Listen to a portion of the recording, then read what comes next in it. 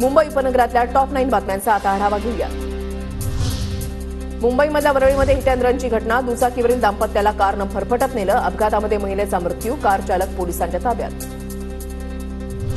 मुंबईतल्या धरणांमध्ये अत्यल्प पाणीसाठा। समाधानकारक पाऊस न पडल्यास मुंबईतील 10% पाणी कपातही वाढण्याची भीती।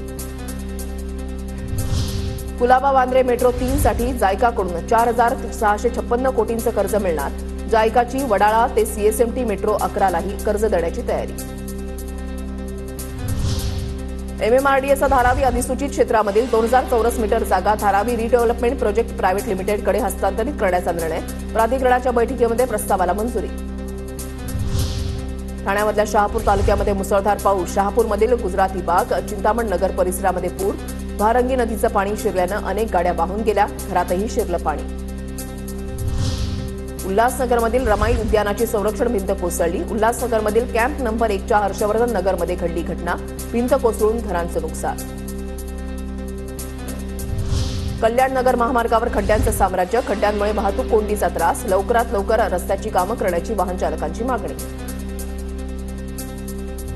मालमत्ता कर न भरणाऱ्या आस्थापनांवर जप्ती आणण्याचा उल्हासनगर महापालिकेचा निर्णय। जप्त केलेल्या मालमत्ता लिलावामध्ये विकण्याचा पालिकेचा निर्णय।